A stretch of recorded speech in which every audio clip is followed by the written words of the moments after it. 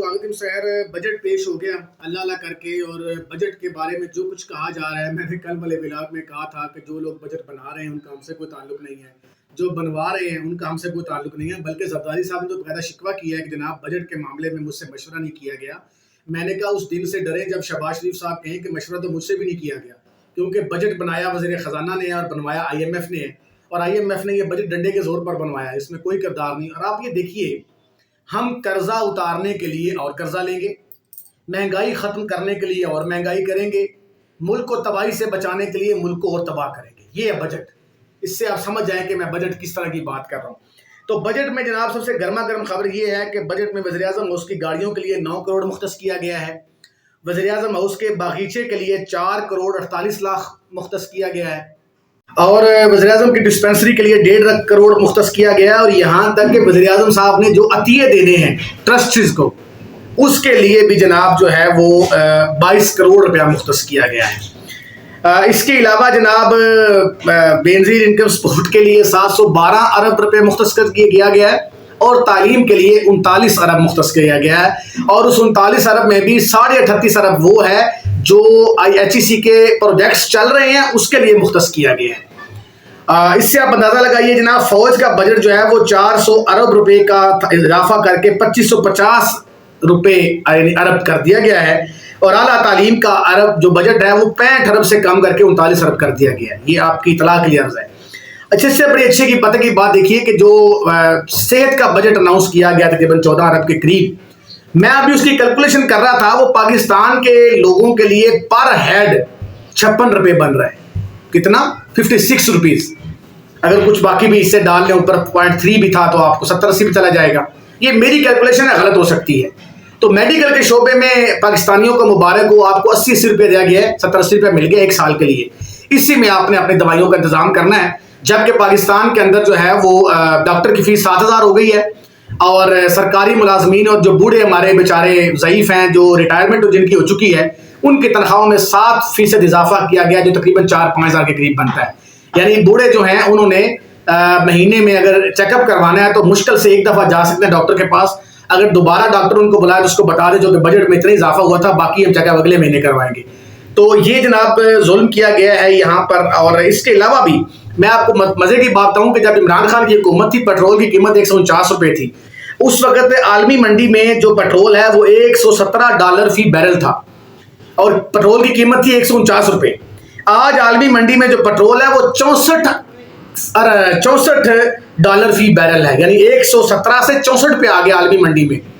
तो इस हिसाब से पाकिस्तान में पेट्रोल की कीमत मजीद कम होनी चाहिए थी, लेकिन पाकिस्तान में पेट्रोल की कीमत 254 पे चली गई है। मैं दोबारा बोलता हूँ, इमरान खान के दौर में 117 डॉलर फी बैरल कीमत थी, और पाकिस्तान में पेट्रोल था 149 रुपये। आज 64 डॉलर फी बैरल कीमत है, और पाकिस्तान में 250 रुपये पेट्रोल है। इससे आप अंदाजा लगा लें कि हम कितनी तेजी से तरक्की कर रहे हैं। ये तरक्की यकीनन नीचे हो रही है। एक बच्चा फेल हुआ, उसने घर जाकर अपनी वालदा को कहा मैं पहले नंबर पे आया हूँ। वालदा बड़ी खुश हुई, उसने कहा रिजल्ट बताओ, उसने कहा मैं नीचे से पहले नंबर पे हूँ। तो पाकिस्तान की जो तरक्की है वो भी नीचे से तरक्की हो रही है। हम मजीद जो है वो गिरते जा रहे हैं, मजीद जो है वो डाउन होते जा रहे हैं। तो मैंने पहले भी इस बात का जिक्र किया कि जो पाकिस्तान में बजट पेश होता है वो सिर्फ एक अदाद शुमार का गोरख धंधा होता है। हुकूमत का पाकिस्तानी अवाम से कोई ताल्लुक नहीं होता, कोई नाता नहीं होता। इस मुल्क में जो एक ज़री मुल्क है, मगर उसके बावजूद यहाँ कपास, गंदम, हर चीज़ बाहर से इम्पोर्ट की जाती है। वो मुल्क जहाँ गरीब आदमी की तनख्वाह 10% बढ़ाई गई है, वो गरीब आदमी जिसकी बिजली पैसे जेब से देनी है, जिसने गैस जेब से देनी है, जिसका राशन अपनी जेब से है, जिसकी मेडिसिन अपनी जेब से है, जिसकी ट्रैवलिंग अपनी जेब से है, उसका 10% तनख्वाह में इजाफा हुआ है। और हजूर वाला जो आपके वज़रा हैं, जो आपके सेनेटर हैं, जो कौमी असम्बली के स्पीकर हैं, जो चेयरमैन सेनेट हैं, उनका मेडिकल फ्री, उनकी गैस फ्री, उनकी बिजली फ्री, उनका पेट्रोल फ्री, उनकी ट्रैवलिंग फ्री, उनकी शॉपिंग फ्री, उनके खाना पीना फ्री, उनका एंजॉयमेंट फ्री, मगर उनकी तनख्वाहों में 500-600% इजाफा हुआ है। सिर्फ आप इस मुल्क का हिसाब इतना लगा लें, जिन लोगों ने एक एक चीज अपनी जेब से देनी है उनको 10% बढ़ाया है, बल्कि पेंशन हजरात को 7% मुश्किल से की है। और जिन लोगों का तमाम खाता पीता फ्री है और जो सरकार के मेहमान हैं, दुनिया में मेहमान आए हुए हैं, उनको जनाब 500-600% तनख्वाह बढ़ा दी गई है। अब जुल्म की इंतहा देखें ना, गरीब आदमी बेचारा एक सरकारी टीचर है 12वें-15वें स्केल का, उसकी तनख्वाह बढ़ाई है 4,000-5,000 बेसिक पे अगर कहें तो। और वो जो चेयरमैन सेनेट साहब हैं वो कहते हैं मेरा 3 लाख में गुजारा नहीं होता, मेरी 15 लाख कर दो, ये है, जबकि उनका सारा कुछ फ्री है। तो पाकिस्तान के अंदर जो बजट है ये सिर्फ अदादो शुमार का गोरख धंधा होता है। मैंने कल भी आप लोगों से बात की कि जिस मुल्क की इक़्तिसादी रिपोर्ट ये कहती है, जो हुकूमत खुद ये कहती है कि पिछले साल गरीबों ने 462 अरब रुपए का टैक्स दिया, जबकि ताजरों ने, जो करोड़पति हैं, जो अरबपति हैं, उन्होंने सिर्फ 63 के 64 अरब टैक्स दिए। इससे आप अंदाजा लगा लें कि पाकिस्तान के अंदर गरीब आदमी को लूटने के किस तरह बहाने बनाए जाते हैं।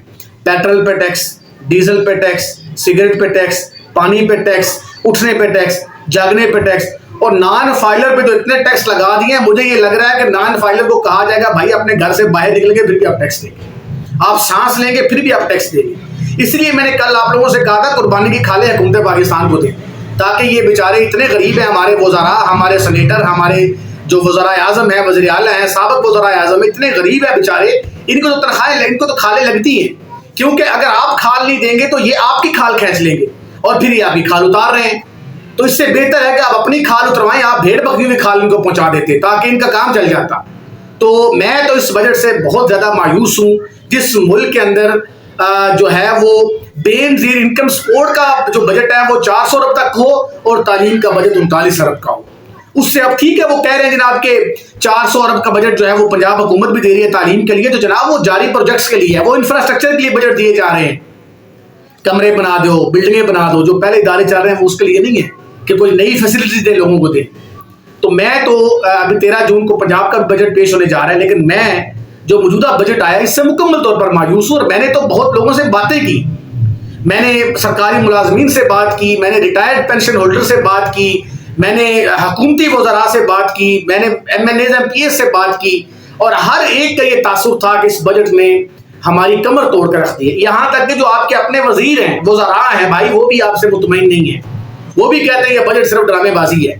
कौमी असम्बली और सूबाई असम्बलियों में बैठे हुए जिनकी तनख्वाहें बेताशा बढ़ाई गई हैं, वो भी इस बात को डिस्कस कर रहे हैं कि गरीब आवाम के लिए बजट सिर्फ एक धोखा है, ये सिर्फ अमीरों की ऐशियों के लिए बजट बनाया गया है कि जहाँ बादशाह सलामत के बागीचे के लिए कई करोड़ मुख्तस कर दिए जाते हैं, उसके अतिये के लिए 22 करोड़ मुख्तस कर दिए जाते हैं। यार खुदा का खौफ करें, ये गरीब मुल्क है यार, आप बजट बढ़ाएं यार, जहां जहां बढ़ाना है, जो आपको ताकतवर कहते हैं उनको बजट बढ़ाएं यार, तो गरीबों पर कुछ खुदा का खौफ खाएं।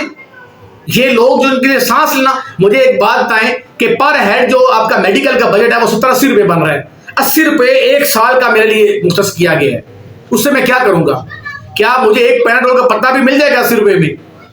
कुछ खुदा का खौफ खाएं यार, आप किस मुल्क में रहते हैं? और टैक्स आप लगा रहे हैं, ऑनलाइन शॉपिंग पर भी टैक्स लगा दिया 18%, बाजार से शॉपिंग पर टैक्स, अगर आपके 50,000 अकाउंट में पड़े आप वो निकलवाते हैं उस पर टैक्स, इवन के सोलर प्लेटों पर टैक्स जो है, और इसके अलावा सोलर प्लेटों क्या आप, मतलब मैं किस चीज की बात करूं जिस पर टैक्स नहीं लगाया गया?